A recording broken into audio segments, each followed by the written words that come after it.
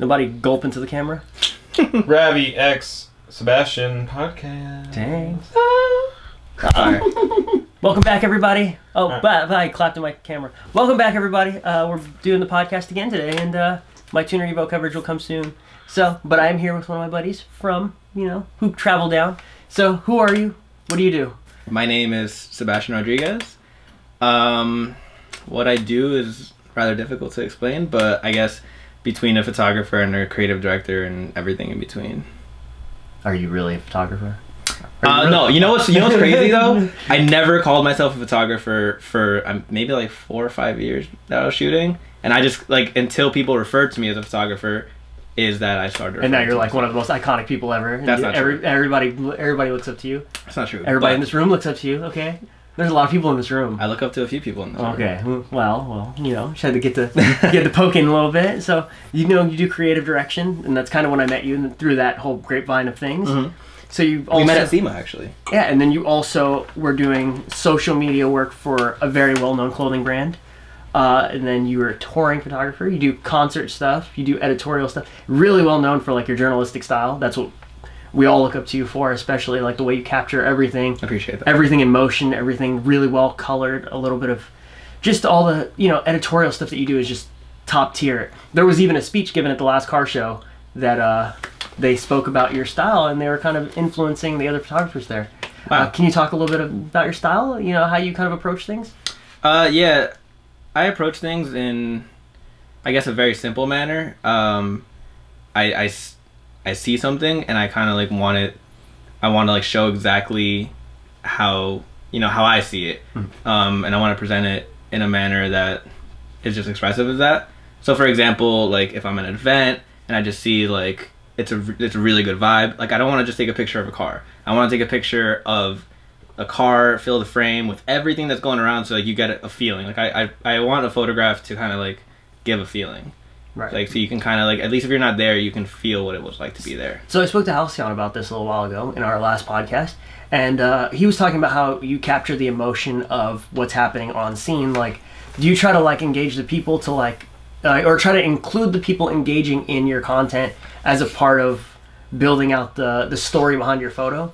Pretty much, yeah. I like to be somewhere in between the fly on the wall and involved with what's going on. The fly on the wall, so the people that I'm documenting don't change, just because they know they're being the photos being taken of them.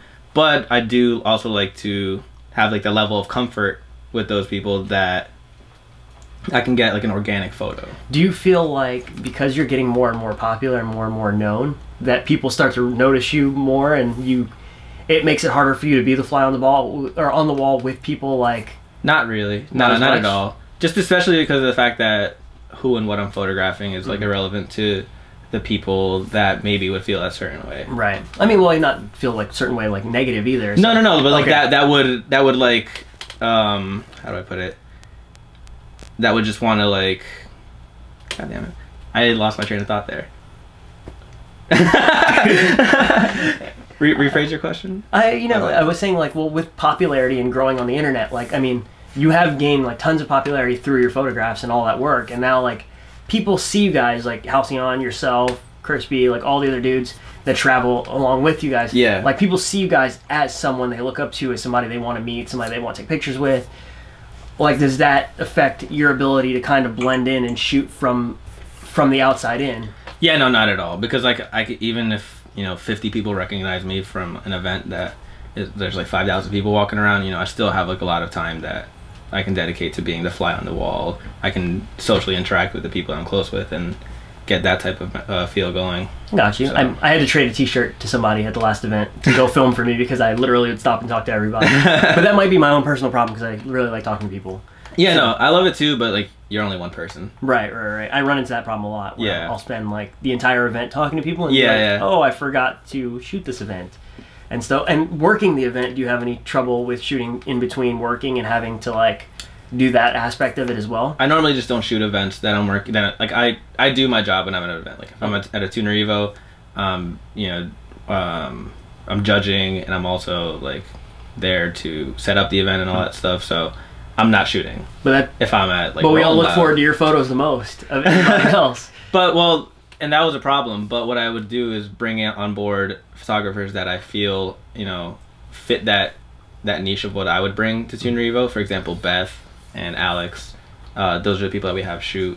Josh Atkins shot for us. So you also hire the people as well? Correct, yeah. The people that, like, at least I look at their work and I'm like, you know, this is what I would like Tuner Evo to look like. So I always say this to people, and I don't think a lot of people know this, but like, if you're coming up in photography or videography or any of that stuff, the people that will give you the most work are always other of your peers. Like, they're other photographers, other videographers, and it's never like, well, very rarely it's actually like a marketing director or creative director. It's always some dude that you knew through photography that kind of like gives you the job, like says, hey, like, I like what you do. I'm also this photographer, but I can't handle this right now.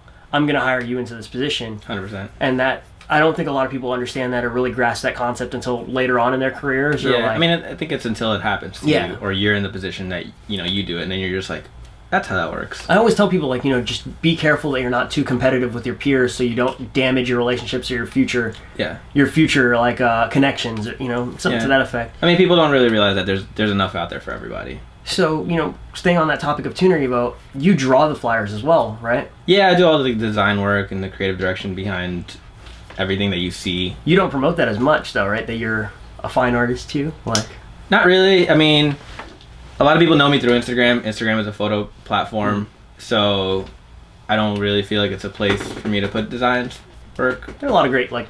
There's a lot of great designers, but I don't want my shit to be all over the place. Yeah, right. You know what I mean? Like, I got you. That I look at it as a photo platform. I use it as such. I do all kinds of things on there. I don't know. Yeah. Yeah. No, I feel like some people are great at being multi-purpose on there. I just have like a certain aesthetic that I... Do you have any advice for somebody that wants to build out a nice Instagram page to like really like draw in people to follow and like... I think offering something that, like, if your page doesn't look like anyone else's, it'll attract, you know, a certain amount of people. I think that's really important. Do you have like a style or a pattern or anything that you do or apply to your Instagram? I don't follow a pattern. This crazy guy does, and it's absolutely insane. Like, there's a rhyme and reason for everything and how it's posted. I can't do that. Like, I just like everything being like, you know, my better photos of a set, or like the ones that I'm like most excited about. I kind of try to like have the same level of excitement throughout. The entire thing. I try to match like threes and it gets ugly when the three doesn't match. I tried to do that, and then like it would not match at certain points, and I'm just like, you know, I'm just gonna post what I like, and that's it. So like, speaking on your like favorite shots or your best shots, like what's been your favorite shot so far? Rough. Rough. I don't know, like it's tough because there's a lot of shots that I've taken, and like as soon as I take it, I'm like, that's the shot. Right. And then there's just like a lot of photos that I'm excited about for different reasons, you know, like when you're shooting an artist or you're shooting a car, like it gives you like a different satisfaction. So have you ever shot something that you didn't think was good and then you got home and started coloring and like playing with it and you're like, oh, this is a banger? Yeah, like especially shooting like concerts that you're in, like it's a really high paced situation. Sometimes you might take a photo underexposed or something like that, and you're just like, you look at it at the raw and it's like probably a throwaway, but then you start working on it and you're just like, oh, the light haloed like around the like edge of his head, and like everything looks really cool, and if I color it this way, like it'll be a powerful image. That happens a lot. I just get lucky. Do you have like a rhyme or reason to your color grading? Yeah. So, I exaggerate colors a lot, and then I like bring some down. Kind of like try to have a balance across the board, but it's like, a lot of people actually don't like it. So can you speak on how to go about color grading? Like, can you give like a little bit of a helpful hint, or like kind of, if you were going to explain to somebody, give the best advice on color grading, where would you advise like to go? Or like the problem with that, your own personal advice as to color grading towards your style. Like if somebody wanted to emulate what you're doing, what would be your best advice on how to do it? The problem with that is that I do it that way because I just personally like it. Right. I don't think it's exactly the right way to color.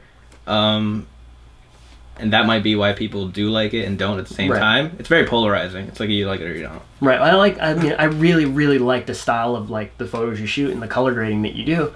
And so like coming from someone who's a fan of your work, I was always, I'd be curious, like, oh man, like how did you get to these colors? Like what, do you do it in Lightroom? Do you do it in Photoshop? Yeah, so I heavily play with the HSL sliders, the hue, saturation, and luminance. That's where I'll change how, like for example, when I'm shooting a concert and the light's very purple, you know, I'll move the purple slider into the blues and then manipulate how the blue looks in order to just get like a whiter tone and for it to look kind of like how I wish it looked. So that's pretty much how I go about it. I kind of like see colors and I'm like, I wish, you know, this dirt was more like orangey. Right. I wish the sky was more like aqua. So I just like play with that. So what's a general amount of time that you spend on one photo? Depends how much I like it and how much it depends how much work it needs too. Right. But I mean, I don't know, some photos I could spend 5 minutes on because like the way I took it and the way I want it to look only requires a few adjustments, and then another I could spend 30 minutes, an hour. So what's your opinion on presets? I make my own presets. I'm not a fan of like purchasing presets, but I think they're a good starting point, especially if you just don't know where to start. Mm-hmm. When I started using Lightroom, I didn't know buying presets was a thing, so I'd like look at other photographers' work, and then I'd just be like, wow, like these colors that are happening, like I wonder how to do it. Just started playing with sliders and shit, and then I feel like presets like in Photoshop, Lightroom are different than than color LUTs for video too.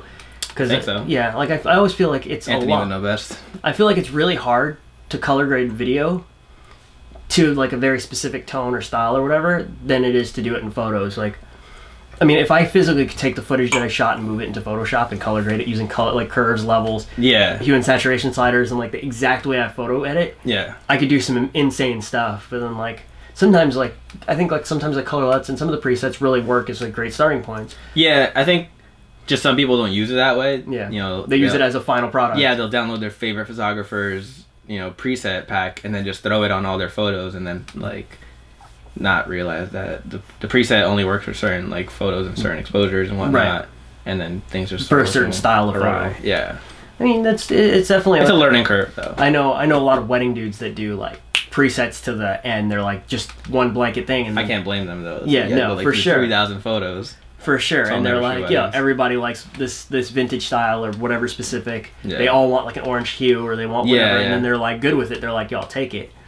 So, kind of like skewing away from that, like you're known for taking like some of the most iconic rolling shots. Period. Like you have it down to a science. You get it. You do it better than anybody I know. So, man, I wouldn't say that. Well, you know. It's a bold statement. Well, as far as rolling car-to-car shots, I mean, my dudes that are commercial photographers all shoot completely different styles of the way you do it in commercial. Like, we have, like, virtual rig, and we have, like, Photoshop ways of path blur. We do motion blurs on the wheels. I mean, Pepper Yandel has, like, a whole tutorial on literally just that. Yeah. And that's a completely different world than what you specifically do from an editorial or on-site perspective. Like, you shoot run and gun and kind of make it work. These dudes do, like, a very commercial atmosphere. Yeah. So like, I mean, do you have any tips or anything like kind of like based on first explain how you shoot rolling shots and then it has a lot to do with the fact that when I shoot photographs I like showing, you know, like I like showing what I'm seeing, you know, my eyes always on the viewfinder, like I never use live view or any of that, and it's more of just like, you know, hanging out the car, being like my hands being that close to the ground.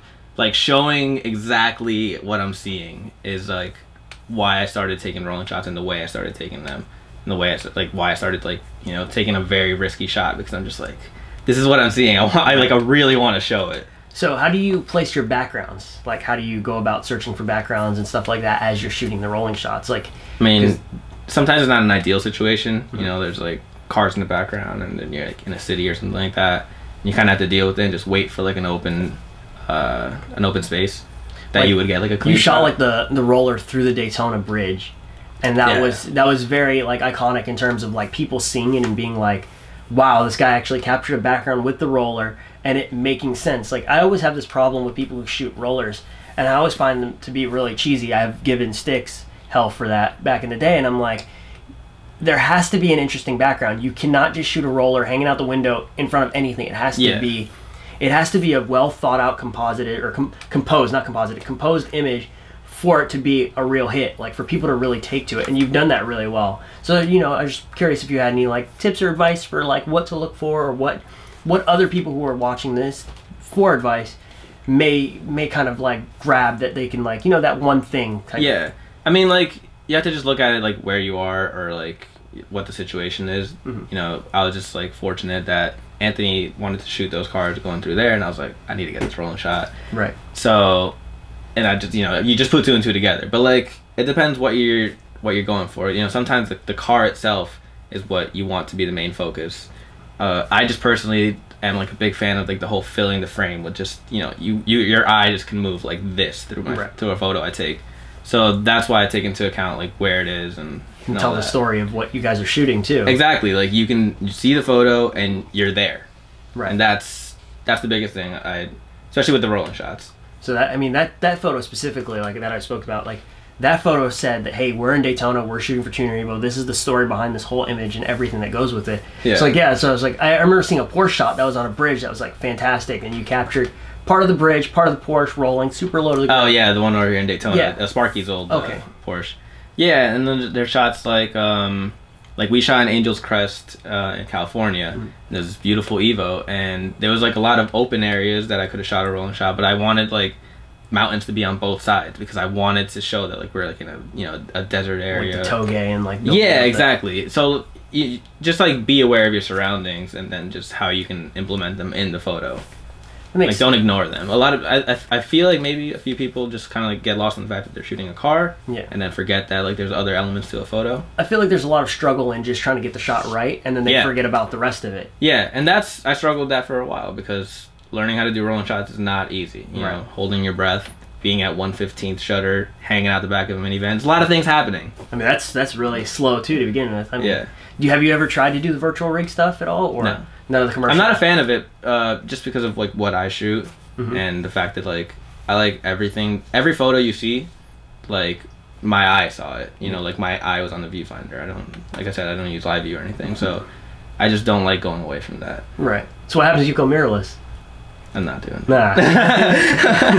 Nah. No, that's the future, okay, bro? I mean, I might eat those words one day. Right, and I'll be there to tell you. Post it on your wall. Remember this time? This video at like 4.5 minutes or whatever? Yeah, save this Got clip. you. Yeah. Right?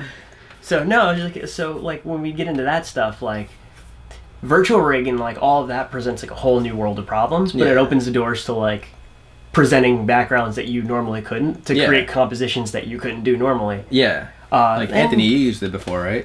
Here and I've tried, and then like our conversation, I stopped doing photo for like a year. Oh yeah, Halcyon's in the background. So he's the one who's setting up this video. So if the colors aren't great, it's his fault. But if it's shot really well, it's his fault too. Yeah. So thank you. Shout out to you for helping. Thanks. Please. Continue. Thanks. Yeah. No, dude, totally welcome into the circle of. If I could get there. Yeah, right? Yeah. But yeah, no, like I guess moving into the other part of this is like when you shoot concerts and stuff, you shoot what you see with your eyes, and you're talking about that. How do you work with the light? Like, do you have any tricks or tips like of making a dynamic concert photo? Yeah, my biggest thing that I do is that like I have like this one-on-one relationship with lights. So I kind of see where all the lights are coming from, see what colors they are change into, and I just like I don't keep my eye as much on the artist as I do with the light. Right. And you have to play with it a lot, especially like, because the lighting situation isn't always very favorable, but it presents an opportunity to show what's going on in a way different manner than like, you know, what everyone watching the concert seeing.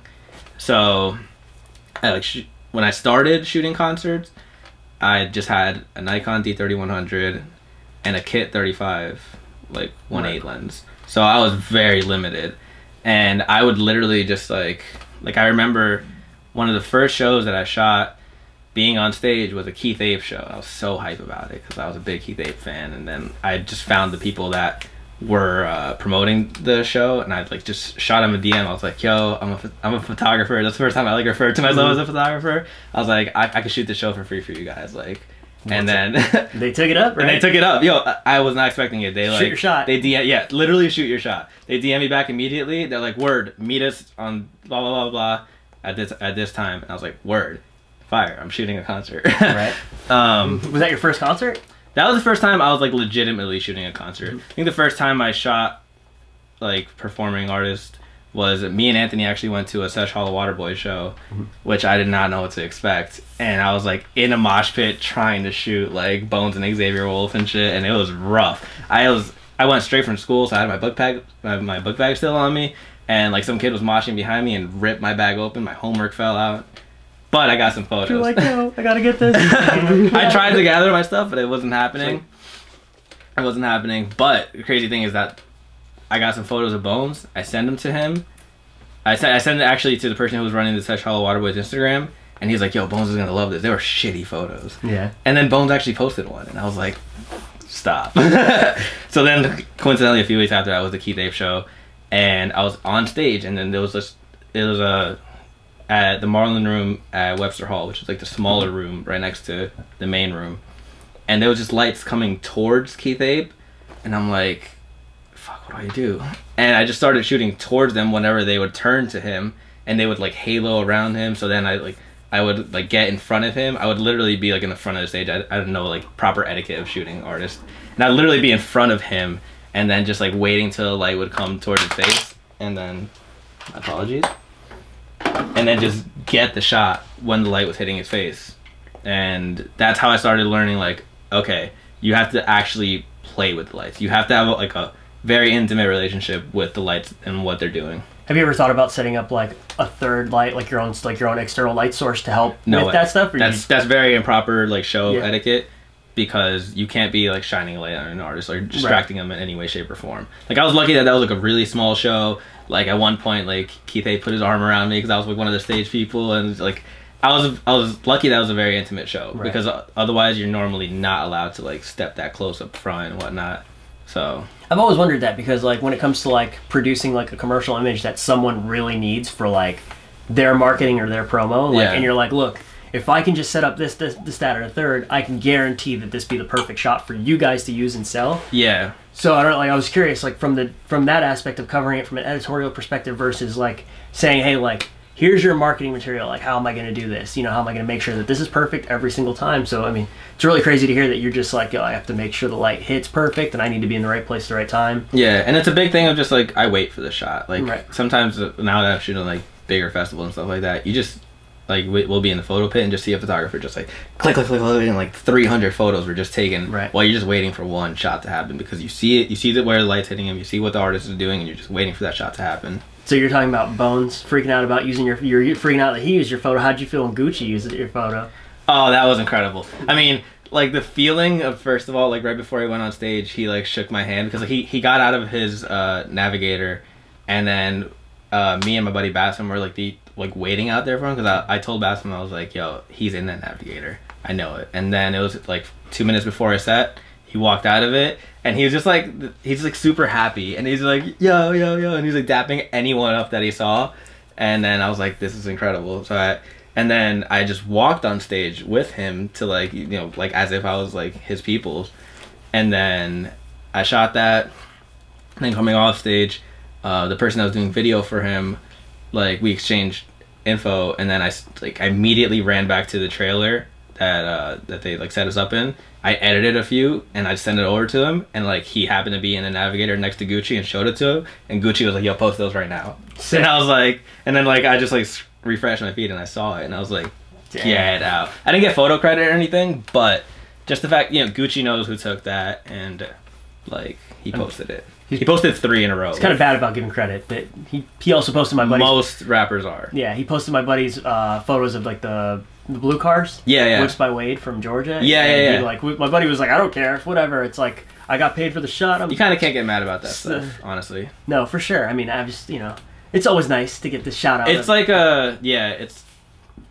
it's like, go into it expecting not to get credit, and if you get it, it's like an additional like a little bit of a bump, and yeah, exactly. Hope that these dudes follow you and more people are exposed to your work. Exactly. But at least, like, I mean, it has to be crazy just to know that you're on this dude's Instagram and you're like, yo, he knew who I was, he saw me. But honestly, like between Gucci and Bones, I don't know, like I was so like impressed with myself that like Bones and then on top of that, he DM'd me, and he was like, he's also the nicest person. Like nowadays we're really good friends and everything, and he like DM'd me, he's like, bro, this is beautiful, blah blah, thank you for what you do. And I'm like, yo, this is like the first time I take a photo of an artist. You know about a lot of the stuff before it happens though, like you're really in the know on what comes up in the new music stuff and like all of that. Like you're definitely like one of the people that I look to see what's going to be next. I mean, following you on Twitter, literally, like you know all these dudes that I've never heard of, and I'm like, oh sick, like this dude's the new next move up, right? Like, so how are you in that circle? Like, it started a few years ago. I think I came across Puya song, and I posted it on my Facebook, and then my buddy Enzo, who was in it for like a hot minute, he messaged me, and he's like, yo, is that the first time you hear him or anything? And I was like, yeah. And he's like, he answered with like 78 links of just man. You know, looking into Such Hollow Water Boys, looking into Puya, Fat Nick, Suicide Boys. Like, this is like years ago. And I listened to Get Buck by Puya, and I listened to We Don't Believe You by Such Hollow Water Boys, and I was hooked. And I was like, what is this? And he's like, it's like a SoundCloud genre of rap, and like I just got obsessed with it off the rip. And then I realized that through SoundCloud and Twitter, you know, these are just artists that are putting themselves out there on their own, and there's like so many of them that you can just kind of pick and choose what you like. And then they're also in that same genre of like the street movement too, like the underground street, like yeah. And what is that? All of them are street. Well, but, you know what I mean, like yeah, but they're just. I mean, when I say they're very DIY and everything that they do, and I just got like really obsessed with that subculture, and like moving forward, yeah. That's where I like started leaning my music taste and over to. That also helps you get in with these dudes since you got them like new, like you were right there at their inception, and so you got to get in with them when they were basically desperate for any type of media help too. I would say that they're desperate. Not desperate, but like because like I got into them relatively late compared to where they were. You know, I had to backtrack on a lot of artist music to get up to date on them. I meant more in the sense of, well, I was correcting myself, but like more in the sense of like when you're DIY, you have to pay for all your own stuff. Yeah. So coming in as a dude that's willing to shoot them for, you know, for whatever. Yeah. It helps because 100%. Then they're more willing to work with you because it's like, yo, I need this and you need that. You know what I mean? It works together and it kind of goes both ways. So yeah, and especially anyone that's shooting or wants to get into shooting music, I would just recommend going into it and like sticking with the music that you like, trying to get inroads with that. Like, you know, you're not gonna get into music and shoot Post Malone's tour. For sure. You know, my buddy Adam is shooting Post Malone's tour that starts next week, and he's been shooting for like over 15 years. He's very renowned in the music industry. He has paved his way to that point. You know what I mean? And I think that's a lot of things most people don't realize, that you have to pave your way to that point. It just so happens I have my next question has to do with just that. How do people start to make money from this? Like some dude that really lives this, like wants to be a part of it. How do they get into that top tier position where they're making a living or making money from this? It's a combination of a lot of things. You know, you have to shake a lot of hands, meet a lot of people, do a lot of free shows. You know, practice a lot. You know, go to a cheap show. You know, if you find an artist and like his shows are like $15, you know, go to it. First of all, you're supporting it, and you know, shoot from the crowd. Cause that's what I did at first, and then it took a while until people were just like, oh, you shoot shows, and I was like, well, I kind of sneak into shows, but okay. Right. I sneak my camera and I pay, but like, and then, you know, you're not gonna make a lot of money shooting directly for artists because they don't control their funds. Labels do, and then whoever's booking them for the shows. So, you know, just do your research. You know, if you see an artist is performing somewhere, see what promotional company is throwing the show. See, like, you know, who's running the festival that they're performing at. Like, going directly through the artist, it might work. It's not gonna get you paid, really, most of the times, because there's a million people that would do something free for almost any artist that you're into, most likely. So that's kind of the way to go about it. Kind of work your way up and get your work. Definitely, you know, do the work first. You know, shoot a lot of shows, be comfortable, be happy with the work that you're putting out there. Someone's gonna notice it first of all. You know, you're not gonna put good work out there and it's gonna be ignored. Right. That just doesn't happen. There might be a small percentage of people that happens to, but evidently or eventually, when you're putting you're putting a lot of time and effort into something, it's gonna. Do you feel it's the same way in the car community?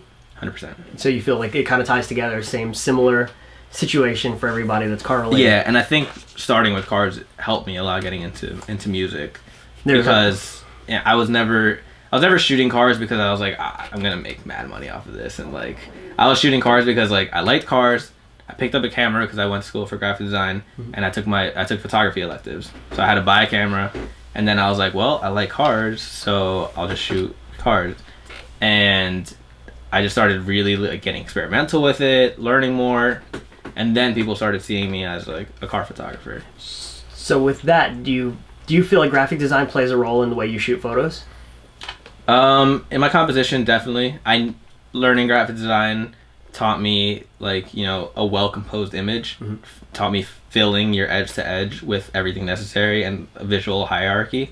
You know, like I'll shoot a car, but you know, the second thing that's important is like the little child like smiling next to it. And the other thing that's important is the two people having a conversation right behind it. And then the last thing that's important is like the background of what's actually going on. So like learning visual hierarchy was like very important, and like I use it to a T with photo. Does it help with the way you end, like when you get to your post-production aspect of your photos, does it help because you have a graphic design background, or did it go the other way?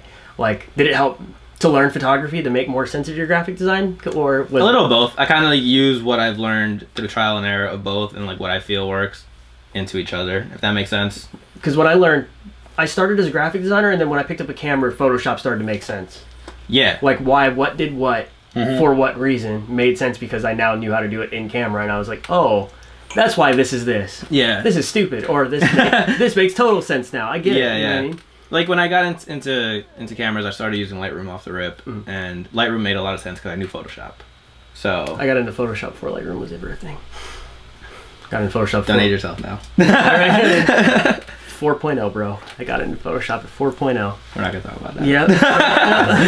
So have you ever thought about dabbling in like video stuff? No, actually. No. And it's a very bold move because, you know, whether I like it or not, there's not the highest demand for photo currently in the current environment. You know, everyone's just like, yo, I need a video done. Everyone's going to YouTube. Everybody's trying to. Yeah. That's the wave right now. Yeah. Like, you know, you meet a rapper and they're like, oh, I take photos, blah blah. Yo, you do video, and I'm just like, nah. So it's a very bold move, and I might regret it. I might not. I might actually dabble into it one day. But the reason I don't, the main reason I don't do video is because my closest friends are the best video people I know, and I always just recommend them for anything, or you know, I look up to their work, and I would never just want to like be in their playing field. I mean, like there is enough work for everybody. Right. There definitely is. But like if someone approached me about a video, I would feel uncomfortable providing them a video service, knowing Anthony exists, knowing Cosile exists, knowing like our buddy Aaron Fitzpatrick, Brett, like all these dudes. Yeah, like all these people I'm surrounded with, I would feel just not right about providing a service that they provide to the highest level. What you do specifically in your way of capturing images, learning video might give a cinematic effect to what you're doing that just might add a perspective that you've never seen. Yeah. Like as something just to learn and kind of take back and apply to your own photography. Well, and that goes into what I was going to talk about. I've learned that there's other ways I can be involved in video and not be the cam op. Right. You know, learning gaffing, learning being thankfully like Mike has brought me on board to co-produce or like help with production of videos, you know, doing the logistics behind it, helping making treatments. You know, there's so many things that you can do in video that is not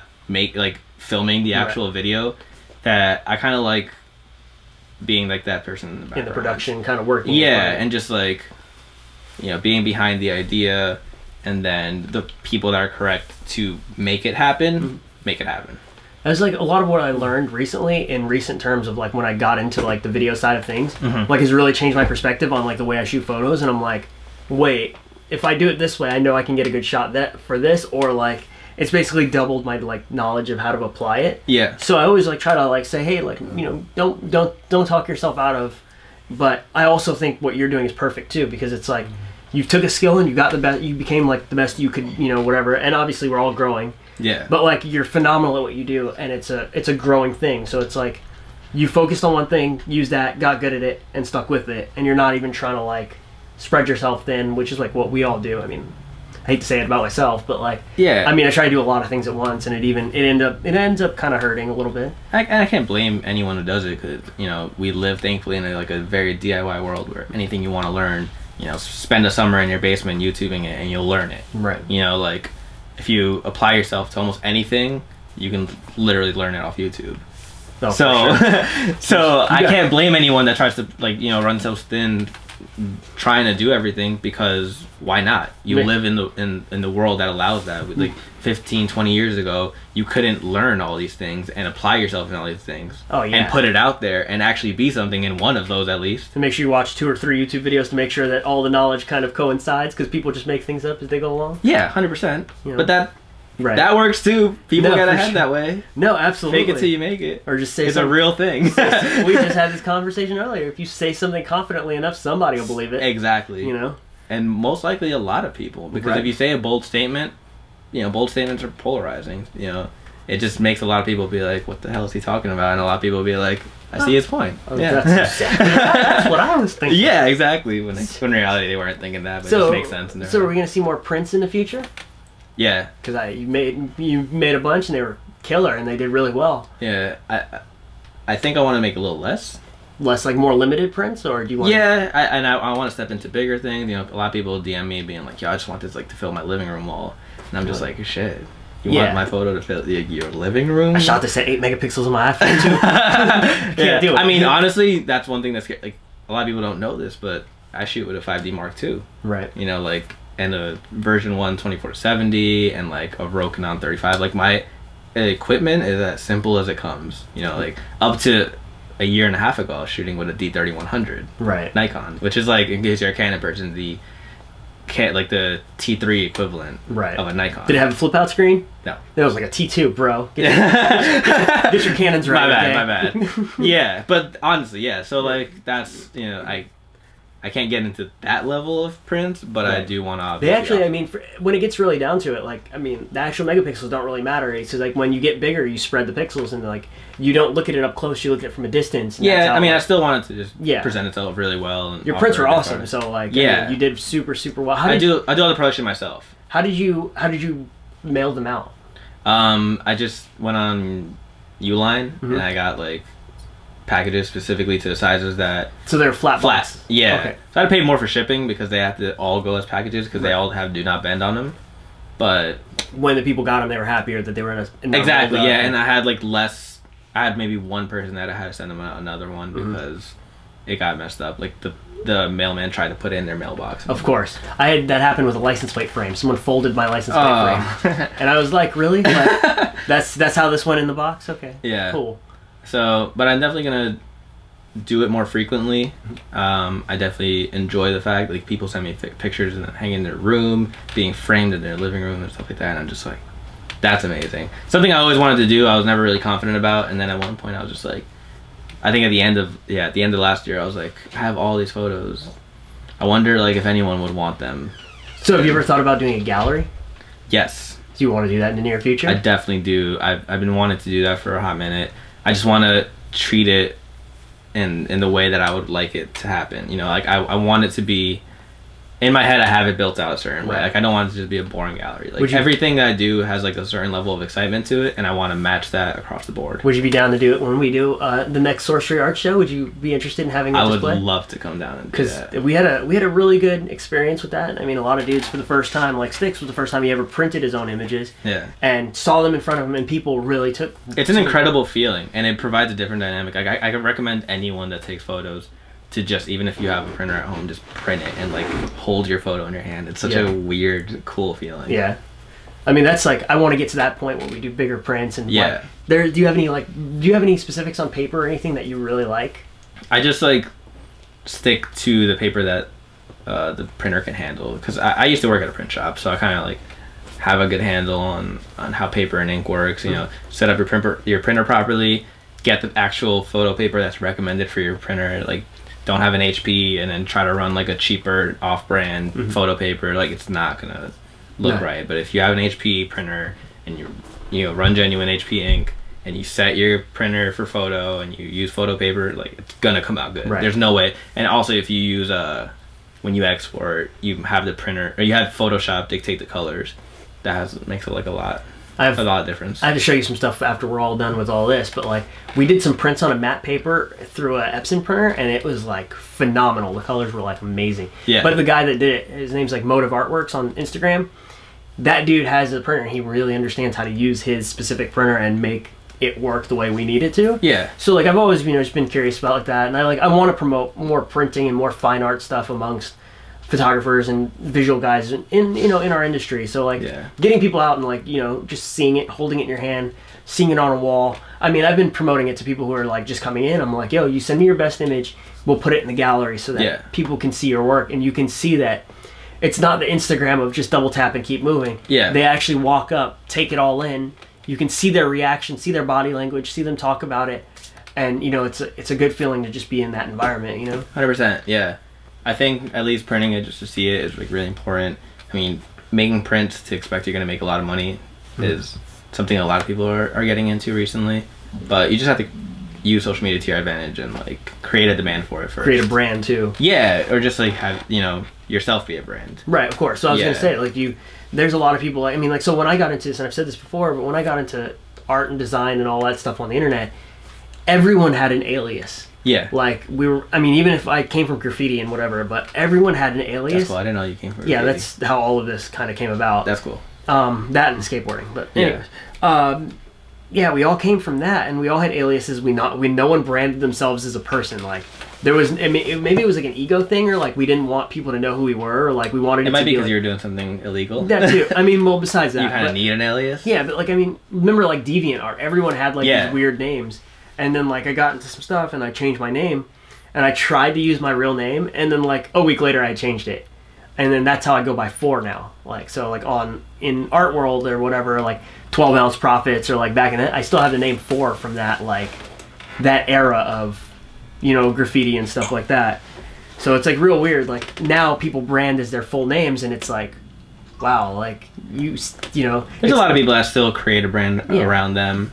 Like V2 Lab was always a thing that people knew about, but like it's weird that people even know like I'm Ravi from V2 Lab. It's not like, oh, you are V2 Lab. I think you just did a good job of separating yourself and the brand. Right. There's a lot of like people that brand themselves so heavily you don't even know their first name or even like what their face looks like. I mean, there's lots of great artists that are like that. That I kind of like. There's a lot of people that got like really successful about it. It's because like we live in the internet era. You can be anyone, anywhere, and do anything. You can also fake it like real well. You can literally just be anyone, and you can convince a lot of people that you are something.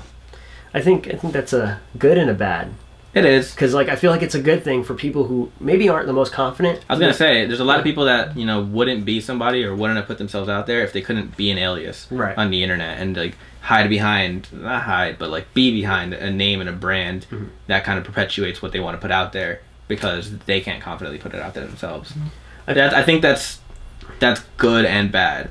Like I think if you fall too deep into it, it can perpetuate you being like being that person that's stuck in your basement forever, and you just like live in your alias because like, and eventually you have to show up in person, and people are like, and then that makes it weird. And then you meet the person, and they're just like they don't even know how to have a proper conversation. It's definitely like one of those things for sure. Like I've had a lot of people like they know, like I have people calling me by my Xbox name. You know what I mean? They're like, because that's just the way we've been friends. No one calls me by my Xbox name because it's Gucci LaFleur. Oh, right. So that's like one of those things. Like I mean, I've known these people for years. I like play Xbox with them, and they just call me my like, and you're like, you're like, yeah. It's like people that get called their Instagram name. Like Anthony gets it a lot. I mean, I refer to him as Halcyon now. He gets referred to as Sticks. Yeah, I mean that's Stacks. Right? I mean, like, but you know what? Like, I didn't even know his like real name. I always knew his like STX. Like, still don't know his first name. Yeah, exactly. There you go. Christian. Okay. See? Yeah. Let's. So if you're hearing iPhone bubbles in the video, it's his fault. Yeah. Keep putting those. What are you doing? It is all. Jeez. Yeah. Right. We're like, bloop. What's up? Mr. Video Guy. So yeah, no, for sure. It's cool to see like how it all comes together and everybody still meshes well. Yeah. I mean, I always tell people like you kind of go into it like with the idea of what your future goal is. Yeah. Like V2 Lab was always supposed to be bigger than me. It was also supposed to like include my friends. We're supposed to build an agency or a group and really like do bigger work. And now like everybody's so almost self-centered down to like a one-person band, like one-man band. Like everybody's like, I'm this person and I do all of this, and then this is what you pay for when you get me. Yeah. And that's kind of what Instagram has brought out. Like there aren't really Instagrams for entire companies like of media production with bigger followers than people with individual followers. Yeah. I'm a fan of you. I follow you. I don't follow the brand above you or whatever that hires you. You know what I mean? Yeah, I understand that. So I'm waiting for your content and not all the other dudes that I don't really care about them. You know what I mean? Like, so that kind of goes into it. So do you, I had a couple questions from people on Facebook and stuff like that. Sticks kind of had a question. He was like, what do you prefer shooting? Do you shoot for the people or do you prefer the cars? Sorry. People or cars? Yeah, like what do you prefer as a subject matter? It's very difficult to say landscapes and we're gonna, you gotta end this podcast. No. I mean, at one point, like I urbexed a lot, and that was like really cool to me. I learned a lot about shooting like in darkness and whatnot, and that helped a lot. So landscape is actually good for learning, everything, because you kind of apply that into when you start shooting like subjects. You wouldn't be here if it was trees, bro. Sorry. Yeah, you're not gonna get anywhere. I mean, you could end up in Nat Geo. No, listen. If you get to shoot for Nat Geo, you're the man. One time, me and Chris were, and this is a segue, but me and Chris were entering a flight, and we were sitting all the way in the back, and like, wonder what type of clients we have to get so we can be in first class. And we looked to our left, and there was the overhead bin was still open, and there was a bag there, and there was a lady that's sitting underneath it and had her name tag, and it said Nat Geo photographer. Like, that's the type of client we need to get to get first class. Meanwhile, in the back of the plane, yeah, exactly. The car show guys are here. Yeah, but whether I prefer cars or people, I do prefer people, and that's why I bring people into when I shoot cars. I think people express a lot more of what's happening and how they feel about what's happening. So I definitely, even when I shoot cars, I like including people. So I have like a follow up to that, but like as my own personal opinion. Yeah. I always say that when you see a person and you see their car, you can see the extension of their personality in their car. 100%. Like typically when you see somebody like, this is like really funny because I always kind of bring this into reference.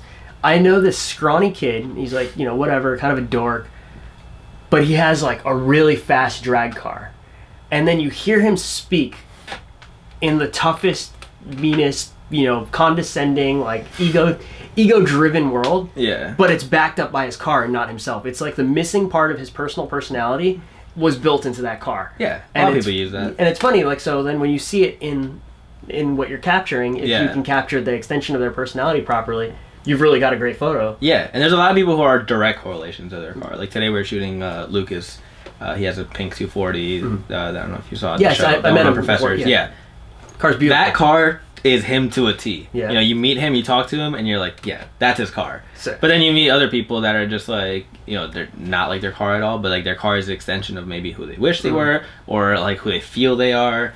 And I think that's pretty cool. Do you feel that way about people with dogs? Like you're like, yo, like that's his dog, like. Nah, I feel like people are more personal with their car, with their dogs. You sure?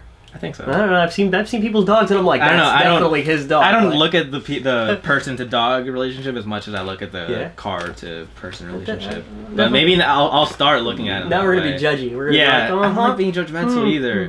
Like I like giving everyone blank slates and then figuring it out afterwards. You can't be a photographer without like having that like predisposition of how you're gonna capture their kind of idea. Like your story is what you think that your story is of them. Yeah, but that's why I always try to.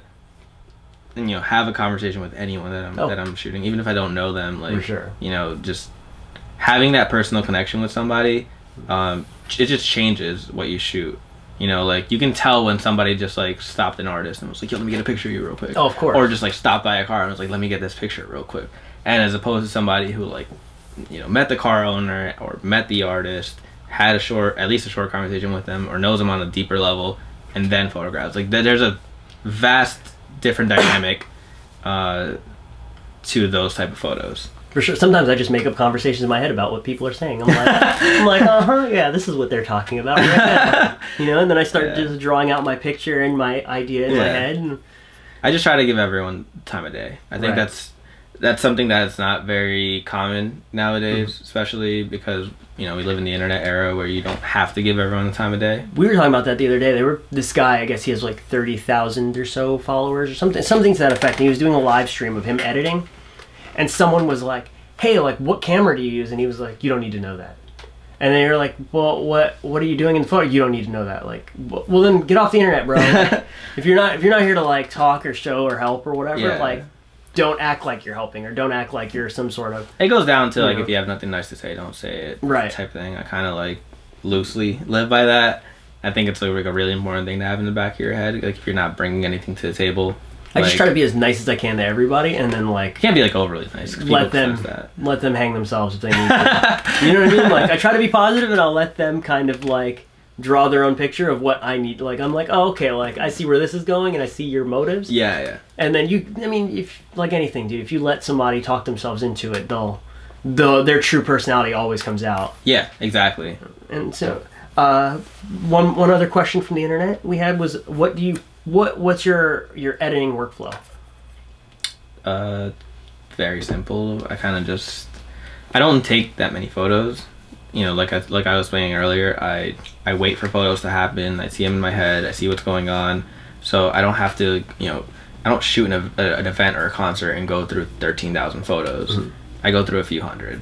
And in my head, I kind of already know which ones I'm looking for. I import, you know, the set of everything that was important to me, was important to show, and then basically I start with the first photo, color it the way you see it and everything, edit it the way I see it, and create that into a preset. Move on to everything that's like the same in that sort of lighting. She kicked the bottle or something. I move into everything that's kind of like the same lighting, just see what it needs and just keep moving on. It's not that intense, you know. The photos that do need intense work, I dedicate that to, but like the actual workflow is not intense. So Lightroom or Capture One? That. I use Lightroom. Okay, you gotta pick one. I mean, the internet's waiting, you know. The internet wants to know.